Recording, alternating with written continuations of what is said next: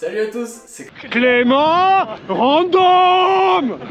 Aujourd'hui on se retrouve pour une vidéo un peu spéciale parce que je vais faire une ultra en gravel. C'est une première ultra en gravel, donc je vais vous présenter comment je vais préparer mon vélo pour cette course. La course que je vais faire c'est dans une semaine maintenant. Quand vous verrez la vidéo, j'aurai sûrement déjà fini la course. Ça va être la Gravel Fever, je vais être sur le format 400 km. Alors oui, pour un ultra ça peut être un peu court, mais la spécificité pour moi c'est la première fois que j'emmène mon petit Rose Backroad sur une sortie plutôt longue distance, donc j'avais envie de dire ultra. Et donc je vais vous montrer comment je vais adapter mon vélo actuel qui fait d'habitude des sorties plus à la journée ou des petits voyages à une pratique plus ultra de la course. En gros, les choses que je vais changer, c'est faire en sorte d'avoir un vélo efficace, bien choisir mes pneus, avoir une position agréable et emporter le peu de matériel pour une ultra que je vais devoir emmener sur cette 400 km. Là du coup, on est sur mon vélo, montage totalement d'origine. Je l'ai acheté comme ça en janvier dernier. Donc c'est le Rose Backroad en GRX DI2 monoplateau de 2020. C'est un vélo en carbone avec des roues alu pour l'instant. Une transmission monoplateau adaptée au gravel en DI2 parce que j'adore ça pour la fiabilité du truc. Et donc on va voir tout de suite les modifications que j'ai fait et on se retrouve en détail une fois que le vélo est prêt pour que je vous montre tous les petits changements pour cette ultra. Allez, maintenant qu'on a vu le vélo dans sa config d'origine, je te présente toutes les petites modifications que j'ai faites pour faire de ce vélo une machine d'ultracyclisme. Parce que c'est ce qu'on veut, rouler longtemps et aller loin. Alors, en premier, j'ai mis des prolongateurs. Bah ouais, prolongateurs en ultracyclisme, t'as envie de cette position plus confort, un poil plus aéro.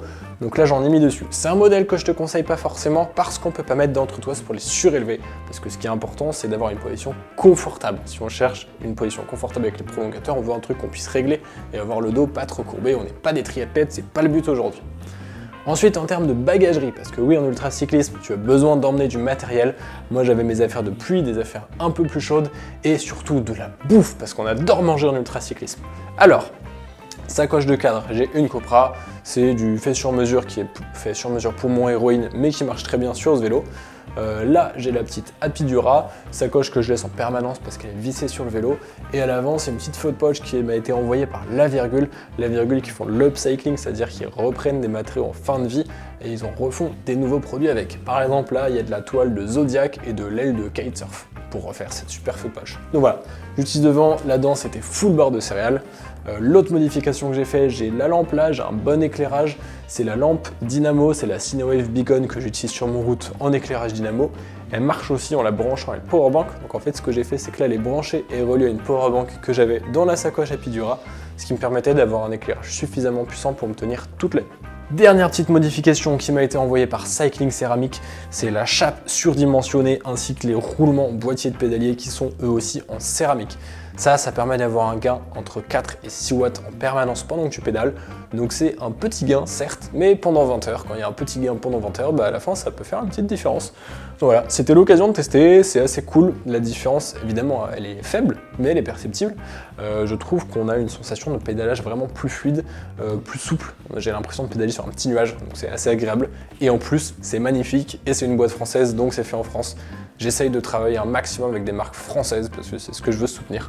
Donc voilà, là on a la chance d'avoir un produit de type chape surdimensionnée fait en France, donc bingo.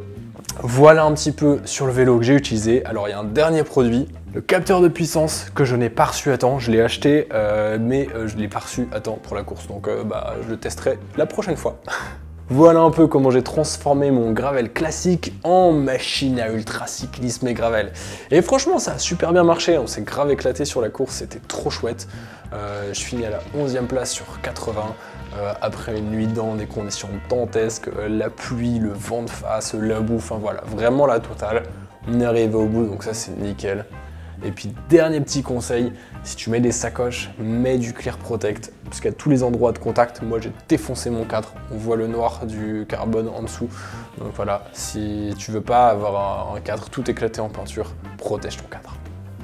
Si tu as aimé cette vidéo, n'oublie pas de mettre un gros pouce en l'air pour me soutenir. Si tu as des questions, pose-les dans les commentaires et abonne-toi pour rien louper aux prochaines vidéos. On a un super programme qui arrive et les capsules de la TCR que je suis en train de continuer de monter en parallèle de cette vidéo. Allez, on se retrouve sur le vélo. À bientôt les amis. Ciao!